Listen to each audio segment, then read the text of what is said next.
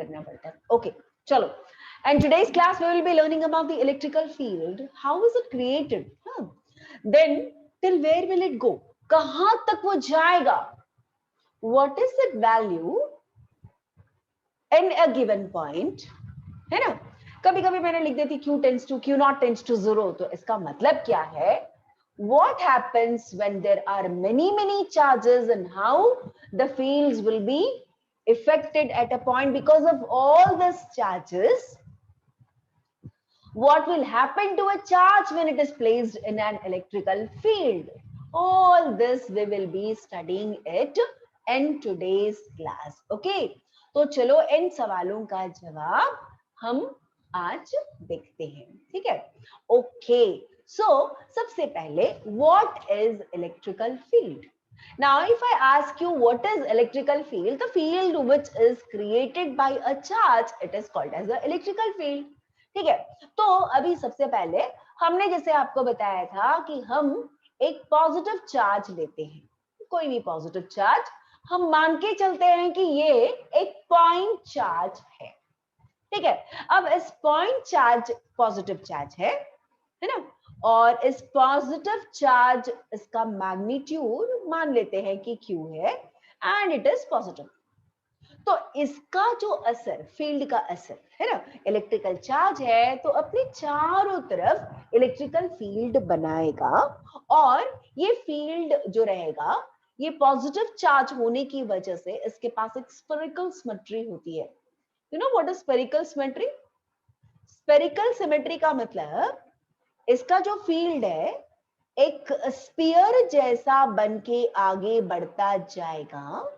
और इसकी खास बात और है कि अगर पॉइंट कोई भी तुम कंसिडर कर रहे हो, इस चार्ज के पास कंसिडर कर रहे हो, तो फील्ड ज्यादा होगा. इस चार्ज से आप बहुत दूर तक का डिस्टेंस में चले जा रहे हो तो फील्ड आपकी इस चार्ज की असर, मतलब फील्ड का मतलब क्या होता है? इसका असर, इलेक्ट्रिकल प्रॉपर्टी इसकी कम होती चली जाएगी. और लेकिन कहां तक एक्सटेंड होगी? तो इसका एक्सटेंशन का अगर मैं पॉइंट बोलूं तो ये फील्ड एक्सटेंड होगा अप टिल इंफिनिटी. चार्ज यहां धरती पे रख दो, चांद तक का भी उसका असर थियोरेटिकली तो होना चाहिए, भले वो दिखे ना दिखे, लेकिन थियोरेटिकली ये फील्ड का असर वहां तक का होगा. ठीक है. अब यही चीज हम ले लेते हैं एक नेगेटिव चार्ज. तो नेगेटिव चार्ज की खास बात देखोगे तो इसकी जो नेगेटिव चार्ज होती है तो इसको ऐसा लगेगा कि फील्ड लाइंस इसकी ओर आ रही है. हाँ ऑफ कोर्स इसका भी सिमेट्रिकल स्फेरिकल सिमेट्री होगा, ऐसा लगेगा कि स्फीयर बन के आ रहा है, लेकिन फील्ड लाइंस इस चार्ज के अंदर आते हुए नजर आएगा. ठीक है. तो this is the electrical field. The field is what?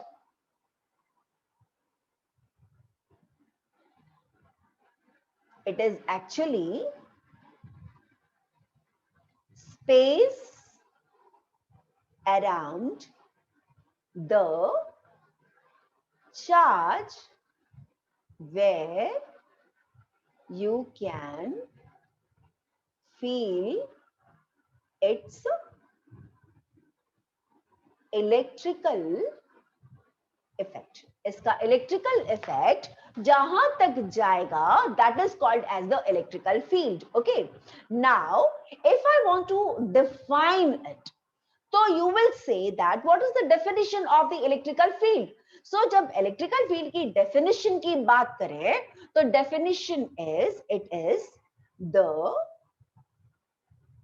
force experienced by a unit positive charge when placed in the field of charge. ये है, it is the electrical field intensity. ठीक है. इसका डेफिनेशन है, मतलब क्या है कि अगर मेरे पास कोई पॉजिटिव चार्ज है, पॉजिटिव चार्ज को रेड कलर का रिप्रेजेंट कर रहे थे ना, ये मेरा मेन चार्ज है इसका फील्ड कहां तक जाएगा, इसका फील्ड तो तुमको बता दिया गया है कि भैया कि ये जाएगा कहां तक, तो बोला इन्फिनिटी से, है ना। तो अब इस पॉइंट को तुम O मान लो और यहां पर एक पॉइंट P रख लो और O से लेके P तक का डिस्टेंस को R मान लो और यहां आपने रख दिया एक चार्ज। कैसा चार्ज, बोले टेस्ट चार्ज। कितना मैग्नीट्यूड का, तो बोले Q नॉट। भाई इसके असर में आने के बाद ये Q नॉट फोर्स एक्सपीरियंस करेगा। तो कूलम्स लॉ क्या बोला, कूलम्स लॉ क्या बोला कि इन दोनों चार्ज के बीच में फोर्स लगा और ये फोर्स हो जाएगा, अगर एयर है मीडियम तो 1/4 pi capital Q into Q naught, दोनों के बीच का डिस्टेंस है, that is equal to R square. तो मैंने कहा it is the force experienced by a unit positive charge. Unit positive charge की वजह से जो बन रहा है वो फील्ड है ना। तो अभी यहाँ वाले में मुझे प्लस चार्ज है तो फील्ड तो इस तरफ गया, तो मुझे लिखना पड़ेगा डायरेक्शन भी ना, क्योंकि फोर्स एक वेक्टर क्वांटिटी है तो O से लेकर के P की ओर जाएगा, लेकिन ये फील्ड नहीं है। तो फील्ड को लेना है, that is electrical field. Electrical field is also and vector quantity, it is also a vector quantity, and what is the value, it is equal to F divided by Q naught, and that is equal to Q divided by R square, and the direction will be from O to P। कहां से कहां तक जाएगा, तो बोले direction होगा O से P की ओर। मतलब ये छुटकू सा चार्ज, ये जो Q naught है, Q naught is a very small charge when compared to capital Q। ठीक है, तो फील्ड का फॉर्मूला क्या आ जाएगा बेटा, Q not divided by R square. अरे यहाँ पर 1/4 पाई एप्सिलॉन नॉट छूट गया था। ठीक है, सो what is the formula for the field now, the formula for the electrical field, because of this charge is dependent on the magnitude of this charge। कौन सा चार्ज, जो असली वाला चार्ज रहेगा ना, इस चार्ज के ऊपर में डिपेंड करेगा, और इसका फॉर्मूला हो जाएगा E is equal to 1/4 pi epsilon naught capital Q divided by R square, और पॉजिटिव चार्ज रहा तो O से लेकर के P तक का, ये एक वेक्टर क्वांटिटी है, और this is the field which is created by a small single charge. This is the field by, कितना चार्ज लिया हमने, एक सिंगल चार्ज लिया, तो अकेला इसने इतनी फील्ड क्रिएट करी। अब यहाँ पर ध्यान रखने वाली बात ये है, डेफिनेशन जब इलेक्ट्रिकल फील्ड का लिखते हैं तो यहाँ पर इलेक्ट्रिकल फील्ड को लिखते समय F divided by Q not, और एक जरूरी चीज लिखते हैं। जरूरी चीज में हम ये लिखेंगे, that is limit of Q naught tends to 0, which is very very important. ऐसा क्यों, why is Q naught tends to 0? ये Q नॉट को मैं टेंड्स टू 0 क्यों लिखूंगी, बोलिए, किसी को पता होगा तो।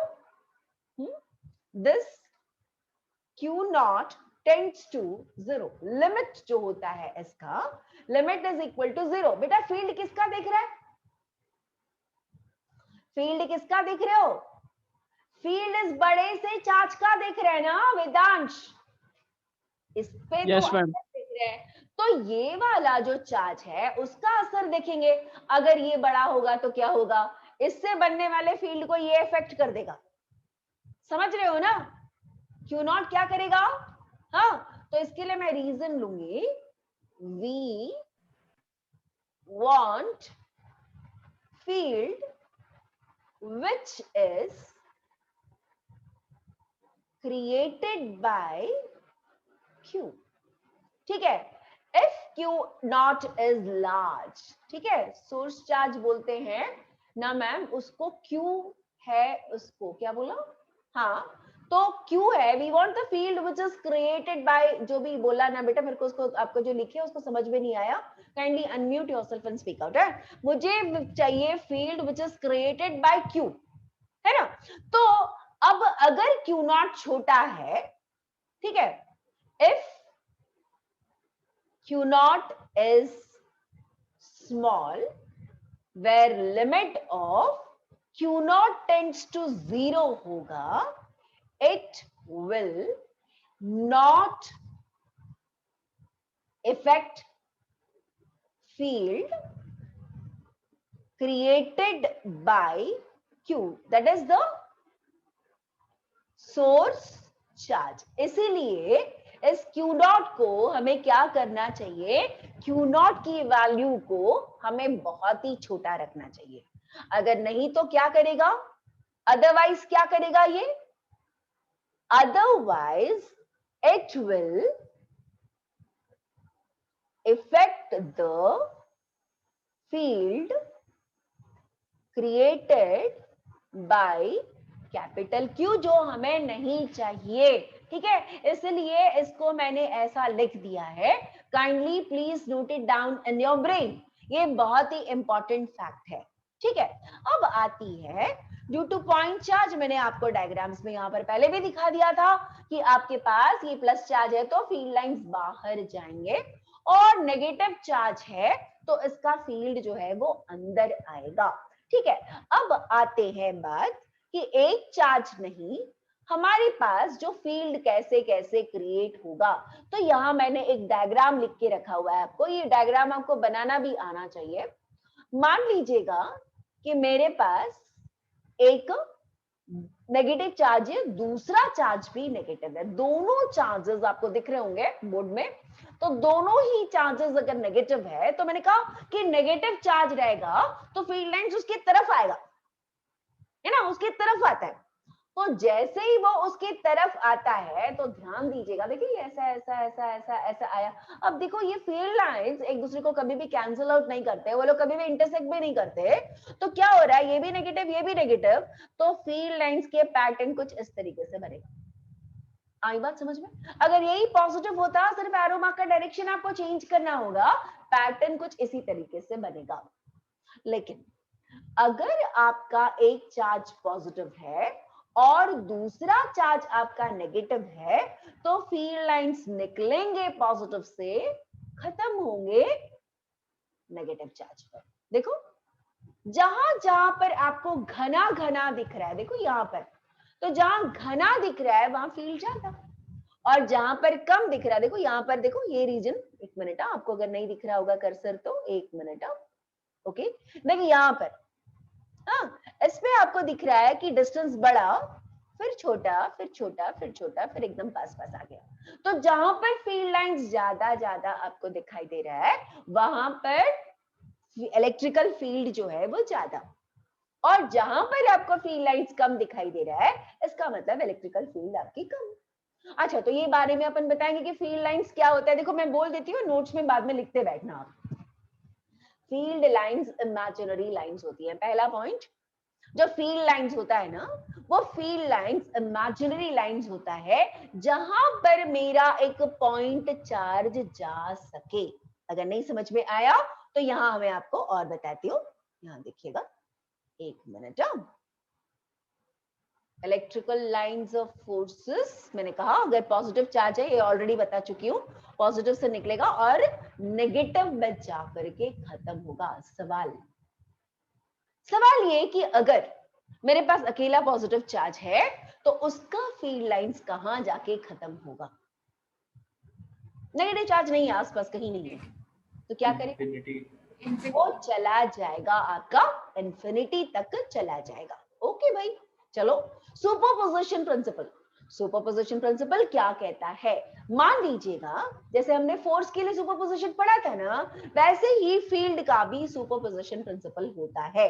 मान लीजिए वहां पर मैंने चार्ज रखा और बहुत सारे आसपास बहुत सारे चार्ज रख दिया था, उन सब चार्जेस की वजह से जो अकेला क्यू बचा था उस पर हमने फोर्स निकाला। यहाँ पर चार्ज नहीं है, यहाँ पर मेरे पास सिर्फ एक पॉइंट है, that is P.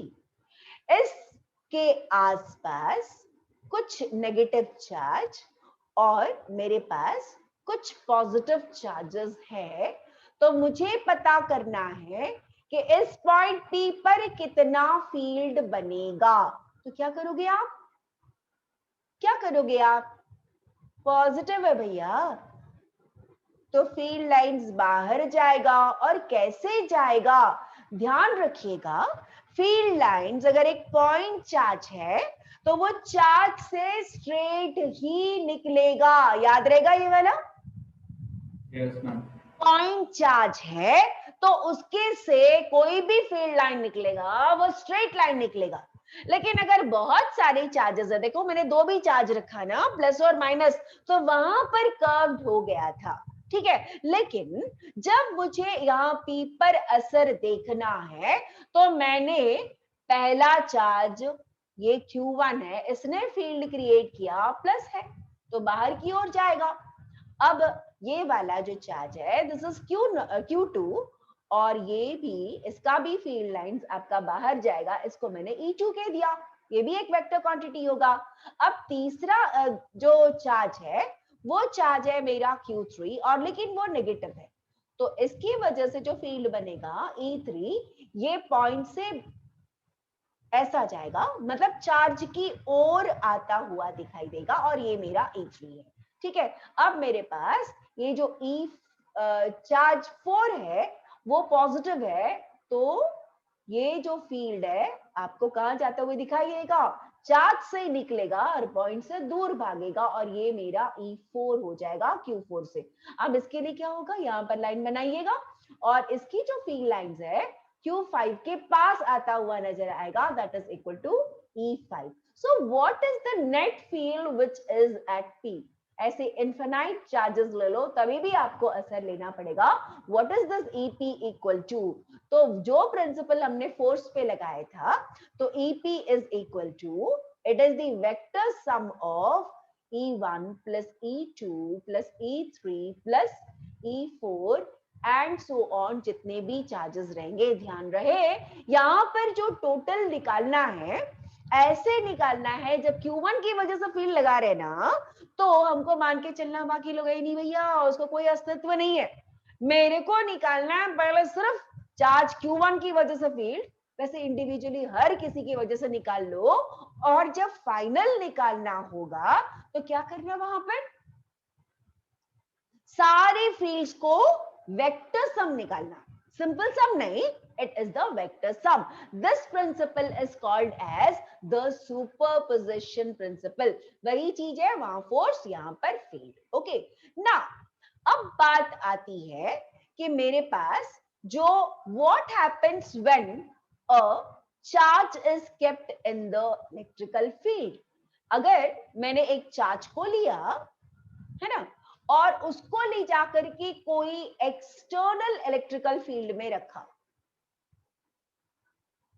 External electrical field में रखा, तो क्या होगा पॉजिटिव चार्ज का, क्या होगा नेगेटिव चार्ज का? तो पहले सवाल का जवाब क्या रहेगा? फोर्स लगेगा। What happens when a charge is kept in an external electrical field?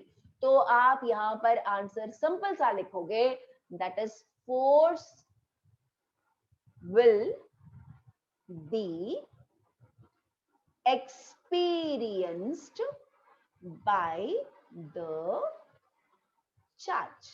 तो ये तो ठीक है, रट लेगा बच्चा, लेकिन समझेगा कैसे? आपको जो फील्ड बन रहा है किसी और चार्ज का बन रहा है, तो यहां पर आपके पास ये दिखा मेरा इलेक्ट्रिकल फील्ड लाइंस, ले ये फील्ड बन गया। हाँ, ये इलेक्ट्रिकल फील्ड है, और इसकी मैग्नीट्यूड मैंने एकदम यूनिफॉर्म फील्ड लिया है। पैरेलल लाइंस अगर बन रहे हैं तो समझ जाना कि इसका मतलब है कि यूनिफॉर्म फील्ड बन रहा है, ठीक है। ज्यादा ज्यादा घना घना लाइंस मतलब ज्यादा फील्ड, कम कम लाइंस इसका मतलब कम फील्ड, पैरेलल लाइंस मतलब यूनिफॉर्म फील्ड। अब लाई मैंने कोई चार्ज, और वो मेरा चार्ज है पॉजिटिव। देखो ये फील्ड की, इसकी वजह से फील्ड नहीं आ रहा, इस फील्ड में मैंने ये चार्ज को रखा और इसका मैग्नीट्यूड है that is equal to Q, तो भैया क्या होगा? सोच के देखो, सोच के देखो, ये चार्ज का क्या होगा? ये फील्ड में रख दिया मैंने, ये क्या करेगा? Experience force. हाँ, क्या करेगा? सोचो ना, रन करना शुरू कर देगा, हाँ या नहीं? हाँ बेटा, पॉजिटिव चार्ज को तुमने ले जाकर के इलेक्ट्रिकल फील्ड में रखा, तो वो भी कैसा? इन the direction of the field, field के डायरेक्शन पे दौड़ना शुरू कर देगा। क्यों? क्योंकि उसके ऊपर धक्का लगा भाई। किसने लगाया धक्का? किसने लगाया धक्का? इलेक्ट्रिकल फील्ड ने धक्का लगाया और ये चार्ज रनिंग करना शुरू कर देगा। अरे भैया फोर्स कितना लगा? तो फोर्स के लिए जो फॉर्मूला है दैट इज रेड में लिखी, तो समझ आना, ये है पॉजिटिव चार्ज के लिए, तो that is equal to Q और फील्ड के डायरेक्शन पे ही दौड़ेगा। पॉजिटिव चार्ज फील्ड के डायरेक्शन पे दौड़ना शुरू करेगा। फील्ड कर्व्ड है तो कर्व करके जाएगा, सीधा सीधा है, मैंने यहाँ पर सीधा दिखाया आपको क्योंकि आपको समझ में आ जाएगा कि आप लोग इमेजिन कीजिए, आंखें बंद करके एक मिनट के लिए इमेजिन कीजिए कि ये पॉजिटिव चार्ज फील्ड में रख दिया। पहले ब्लू लाइन से इमेजिन कीजिएगा कि फील्ड बनी है, वहां पर एक लाल रंग का चार्ज आया और वहां पर उस फील्ड में बैठा और जैसे ही रखा तो वो क्या करने लगा? उस पर फोर्स लगा और वो फोर्स की वजह से वो दौड़ने लगा। उसकी स्पीड बढ़ती जा रही है, बढ़ती जा रही है, बढ़ती जा रही है। वो क्यों? पूरे बता। Electric field. हाँ अच्छा, फोर्स तो लगा, स्पीड क्यों बढ़ा? हम उसको लगातार स्पीड अटैक क्यों कर रहे हैं। बढ़ा? क्योंकि न्यूटन बाबा बोल गए फोर्स इज इक्वल टू क्या होता है mass into mass acceleration. Into acceleration. ना? न्यूटन भैया, न्यूटन बाबा बोल गए है ना, न्यूटन बाबा का सेकेंड लॉ में यही कहता है। तो ये क्या होगा? ये चार्ज जो है वो एक्सेलरेट हो जाएगा, है ना? तो चार्ज जब एक्सेलरेट हो जाएगा तो ये फोर्स जो था मेरा Q into E divided by mass divided by acceleration, Q by m और E बाय, सॉरी A कहां से आया? A तो डायरेक्शन है ना? ये A है, सो आपके पास में क्या आ गया? A is equal to Q E divided by m। तो एक्सेलरेशन का डायरेक्शन कैसे होगा? Same as E। देख, ये एक वेक्टर मिला तेरे को और यहां पर चार्ज क्या है बेटा? चार्ज वेक्टर है कि स्केलर है? चार्ज एक स्केलर है, मास भी एक स्केलर है, तो अगर एक्सेलरेट चार्ज हुआ तो किस डायरेक्शन पे होगा? किस डायरेक्शन पर होगा? अगर ये पॉजिटिव चार्ज है तो फील्ड का डायरेक्शन और एक्सेलरेशन का डायरेक्शन दोनों सेम होगा। बैठ गई दिमाग में सबके बात? हाँ बोलो। Yes ma'am.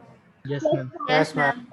अब लेते हैं, अब आते हैं हमारा नेगेटिव चार्ज ले लेते हैं यहाँ पर, है ना?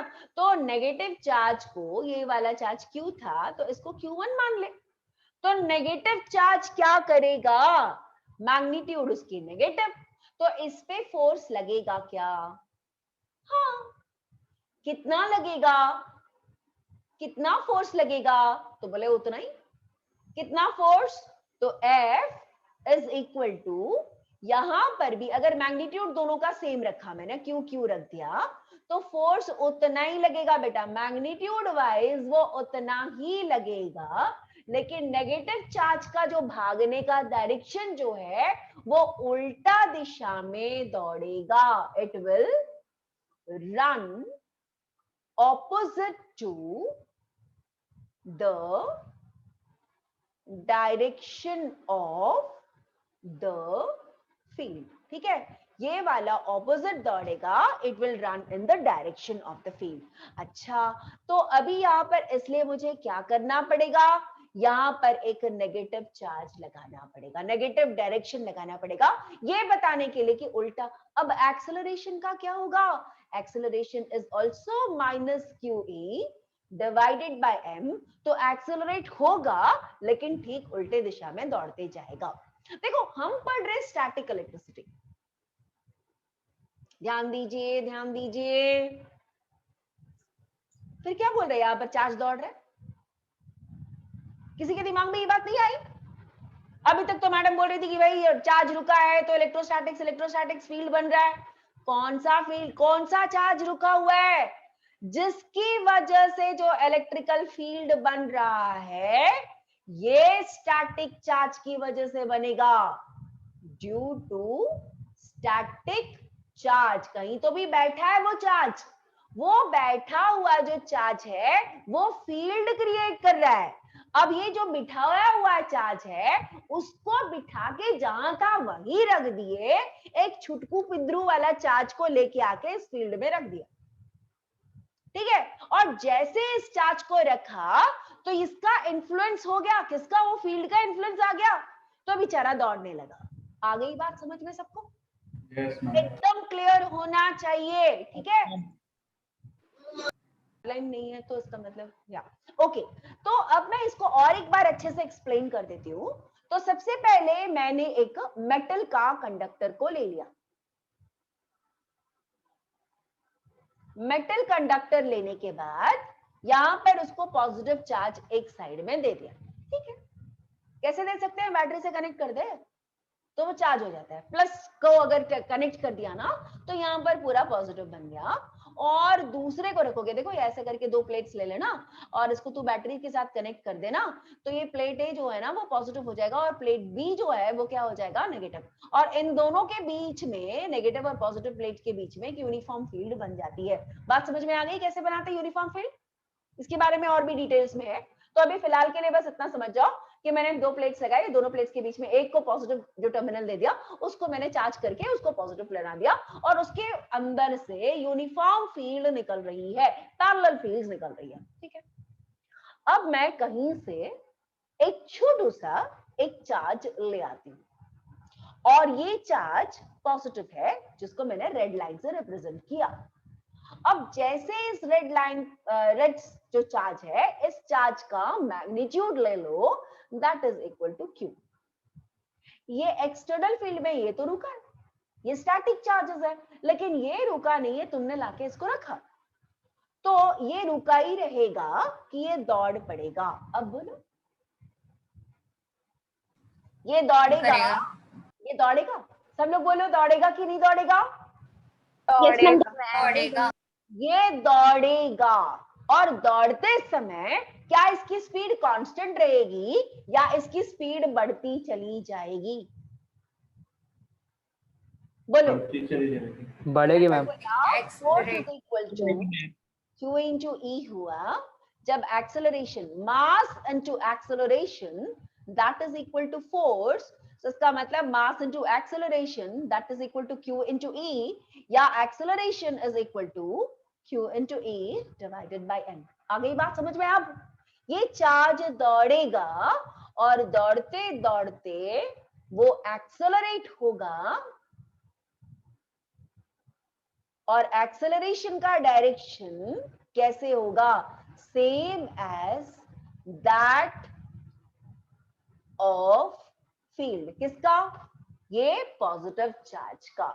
मान लो कि हमारे पास पॉजिटिव चार्ज नहीं है, हमारे पास नेगेटिव चार्ज है, तो नेगेटिव चार्ज को इसी फील्ड में रख दिया, लेकिन उसका भी मैग्नीट्यूड उतना ही है जितना मेरा पॉजिटिव चार्ज का था। क्या ये दौड़ेगा? क्या ये दौड़ेगा? हाँ, दौड़ेगा। किस दिशा में दौड़ेगा? Opposite. Opposite direction. This will run opposite to field, क्योंकि ये नेगेटिव है। और कितना फोर्स लगेगा इसके अंदर? चार्ज के ऊपर में, चार्ज के ऊपर फील्ड पे फोर्स भी तो लगेगा ना, तो फोर्स कितना लगा? That is equal to minus Q E. तो इसकी एक्सेलरेशन कितनी हो जाएगी, minus Q E divided by M. तो दौड़ेगा, फोर्स सेम रहेगा और दोनों ऑपोजिट दिशा में दौड़ेंगे। इतनी बात समझ में आ गई सबको? Yes Yes, ma'am. Yes, ma'am. Yes, ma'am. Yes. Yes, ठीक है। अब next is we have the negative charge भी दौड़ा, हमने आंसर कर दिया। पॉजिटिव चार्ज का क्या होगा, नेगेटिव चार्ज का क्या होगा, फोर्स कितना लगा, क्या ये एक्सेलरेट होगा, ये हमने सारी चीजें बना दी। ठीक है, अब बात आती है कुछ सवाल की। Ready for the question and answer session? Yes, ma'am. Yes, ma'am. Now, the first question here we have is, name 4 vector fields in nature. Electrical field, magnetic field, gravitational field, flow field of a liquid are all vector fields, okay? Now, how does a free electron at rest move in a electrical field? जवाब दो। How does a free electron move in a electrical field? बोलिए। Positive electrical field. Yeah, it will move in a direction opposite to that of the electrical field. 4 charges of the same magnitude, 4 charges of the same magnitude and same signs are present in the corner of a square of 0.1 meter. What is the electrical field intensity at the center of the square? मेरे पास एक square और square के 4 corners में हमारे पास same sign वाले 4 charges रखे गए हैं। तो बताओ स्क्वायर के सेंटर में कितना फील्ड होगा? 0. जब ये वाला Zero. ए Zero. है, तो आप लोग को उस दिन के क्लास से समझ में आ गया होगा कि इस प्लस चार्ज की वजह से फील्ड ऐसा, ये वाला प्लस चार्ज की वजह से ऐसा, ये प्लस चार्ज का फील्ड ऐसा और ये वाला प्लस चार्ज का फील्ड जो है वो ऐसा। तो कुल मिला के 4 फील्ड बन रहे हैं। चारों जो फील्ड बन रहे हैं equal in magnitude because charges are equal, distance is the same. E की वैल्यू कितनी होती है?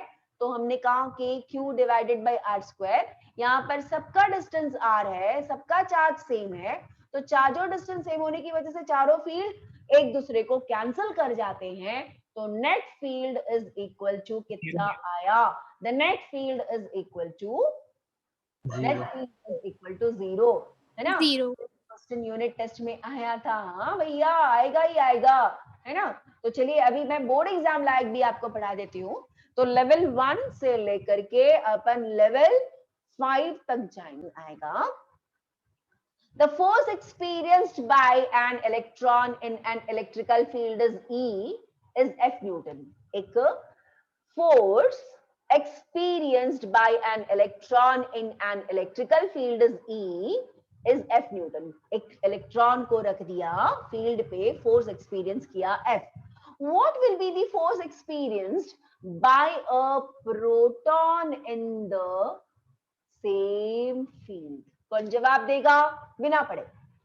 Mass of the proton is 1836 times the mass of electron. ठीक है, अब सवाल देखो ध्यान से और मुझे बताओ, दिमाग है आप लोग सबके पास? चलो बोलो। मेरे पास एक इलेक्ट्रिकल फील्ड है, हाँ, और इस इलेक्ट्रिकल फील्ड में पहले यहाँ पर एक इलेक्ट्रॉन रख दिया गया है और जो इलेक्ट्रॉन है वो नेगेटिव होता है और इलेक्ट्रॉन पर लगने वाला जो फील्ड है F, that is equal to E into capital E और दिशा इसकी नेगेटिव, है ना? This is the force on electron. पूछ रहा है कि what is the force on proton. ठीक है, प्रोटॉन अगर इसी जगह आ जाए तो प्रोटॉन की साइज बेटा इलेक्ट्रॉन की साइज से बड़ी होती है, लेकिन चार्ज कितना होता है इसके अंदर? Positive. Positive. Positive. Positive E ही होता है ना? सो what is the electrical force which will be experienced by the proton? ये यहां जाएगा, ये तो इस तरफ था, तो ये वाला जो फोर्स ऑन प्रोटॉन कितना होगा बताइए? Same होगा. Same. सेम होगा। क्यों सेम होगा? सेम होगा, correct answer. Why same? Why same? बोलो। मास पे डिपेंड नहीं करता। मास पे कहाँ डिपेंड कर रहा? Charge same है। बिकॉज, हाँ, because the charge is the same, इसलिए दोनों का फोर्स सेम होगा, ठीक है। Now what is the use of the concept of electrical field intensity? क्यों पढ़ रहे हैं भाई अपन? क्यों पढ़ रहे हैं? Electrical field intensity, it enables us to find the force on any charge F is equal to Q into E. Now, electrical field का तो मैंने यूनिट बताया ही नहीं, भूल गई मैं, है ना। तो इलेक्ट्रिकल फील्ड का यूनिट क्या होगा? बोलो रे बच्चा। It is equal to force divided by charge. इसका मतलब क्या होगा? Newton newton by coulomb.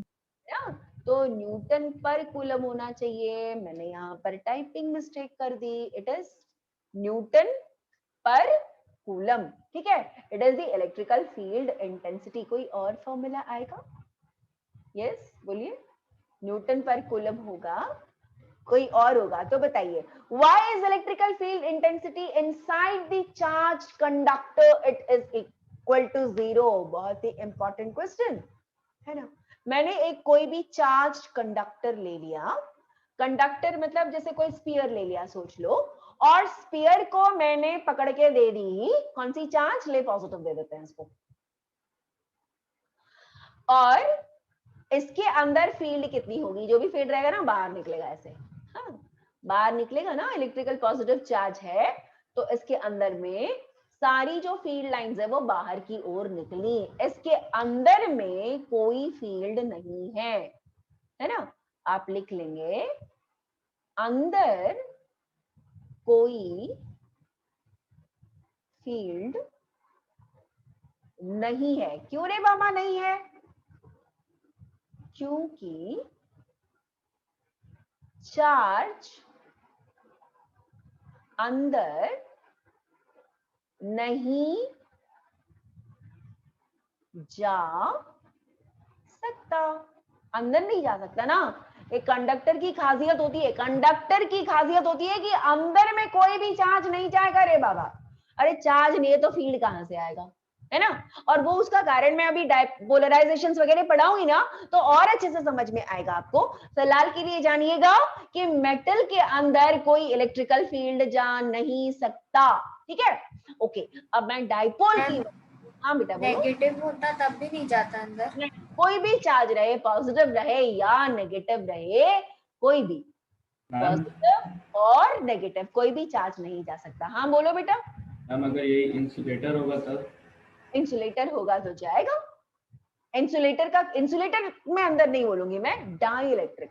Insulators के भी कुछ खास बात होती है, वो सभी के अंदर नहीं होके जाता। अगर वो इंसुलेटर डाई इलेक्ट्रिक मटेरियल से बना हुआ है तो उसके अंदर इलेक्ट्रिकल फील्ड लाइंस जाएगा, चार्ज भी जाएगा अंदर उसके। चार्ज सारा चला जाएगा ना? सारा नहीं जाएगा, डिपेंड्स अपॉन द पोलराइजेशंस, मटेरियल के ऊपर में डिपेंड करेगा। आएगा ना, वो ये है चैप्टर में है आपका। Draw the electrical force due to a dipole. अच्छा ये डाइपोल क्या होता है?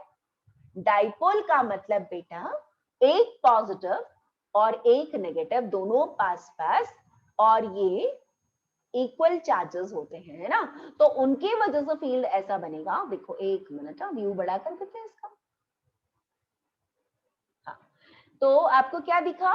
जिसके अंदर से निकला, है ना, जो फील्ड बाहर आ रही है ये पॉजिटिव है, और ये जो उसके पास जा रहा ना फील्ड लाइंस, देखो ये वाला मेरा नेगेटिव है ना।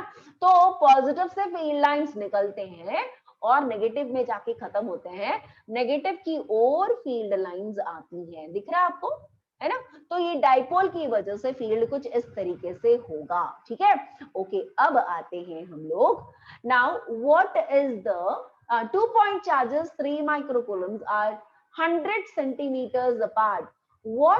At what point on the line joining the charges the electrical field will be equal to 0? है ना, ऐसी एक लाइन में थोड़ी लिखते हैं, है ना। यहां देखिएगा मेरे पास एक लाइन, दोनों के बीच में कितने का डिस्टेंस है? क्वेश्चन के अनुसार मेरे पास डिस्टेंस दे दिया है that is equal to 100 centimetre. यहां लाल वाला बटन किधर है, ये है, ये प्लस चार्ज, ये भी प्लस चार्ज, दोनों का मैग्नीट्यूड जो है मेरा 3 माइक्रोकूलम्स और ये भी आपका 3 माइक्रोकूलम्स। तो दोनों के बीच में से मुझे फील्ड लगानी। बेटा यहाँ पर कोई ऐसा एक पॉइंट जरूर होगा जहां पर इसकी वजह से फील्ड, देखो प्लस चार्ज है तो ये E1 का डायरेक्शन होगा या A का डायरेक्शन होगा, EA का डायरेक्शन, ये पॉइंट अगर B है तो ये EB का डायरेक्शन होगा, है ना। तो दोनों का डायरेक्शन कैसा है, EA और EB कैसे जा रहे हैं, अपोजिट। A और EB एक दूसरे को ऑपोजिट डायरेक्शन पे जा रहे हैं, तो कैंसिल करने की संभावना बनती है कि नहीं बनती है? Yes, ma'am. बनती है ना। तो कहीं पर ये पॉइंट है, मैं बोलती हूँ कि x से यहां तक, तो ये वाला डिस्टेंस कितना हो जाएगा, 100 माइनस एक्स। तो इलेक्ट्रिकल फील्ड जो A की वजह से बना उसका मैग्नीट्यूड, देखो डायरेक्शन नहीं लिखा मैंने, और B की वजह से बना उसका भी मैग्नीट्यूड अगर मैंने ले लिया तो दोनों का जो मैग्नीट्यूड सेम रहेगा, तो डिस्टेंस का पता करो। तो सिमेट्री आपको कितनी बनाती है, the K into 3 microcoulombs divided by x square, it is equal to K into 3 microcoulombs 100 minus x the whole square। देखो सब कुछ को काट दो तो आपको मिलता है x square is equal to 100 minus x the whole square, which implies x is equal to 100 minus x, 2x is equal to 100, यानी x is equal to 50 centimetre, यानी मिड पॉइंट पर मिलेगा, है ना। ये जो पॉइंट है this is the mid point, है ना। यहां पर इंटेंसिटी जो इलेक्ट्रिकल फील्ड दोनों की वजह से कितना मिलेगा, that is equal to 0 at the centre of two charges if they are equal. Now comes a very small question, what is the field due to a point charge, it has got a, कैसे symmetry बनता है, point charge है तो मैंने क्या बताया आपको, कैसी सिमेट्री बनती है इसकी, Spherical. spherical। when is electrical force line of force straight, electrical line of force कब straight होगा, जब वो सिंगल चार्ज रहेगा तो सिंगल चार्ज की वजह से स्ट्रेट बनेगा, हर चार्ज की वजह से स्ट्रेट बनेगा। when is the force line curved, when the force line is curved in the field for more than one point charges, is it clear। एक सिंगल पॉइंट रहेगा तो उसके लिए फील्ड लाइन स्ट्रेट लाइंस निकलती हैं, भले सब एकदम लाइट के जैसे बाहर निकलेंगी, लेकिन आसपास अगर दो चार्जेस आ जाएं तो आपको जो फील्ड मिलेगा वो कर्व होकर के मिलेगा। इज दिस क्लियर अभी तक का? Yes Yes, ma'am. Yes,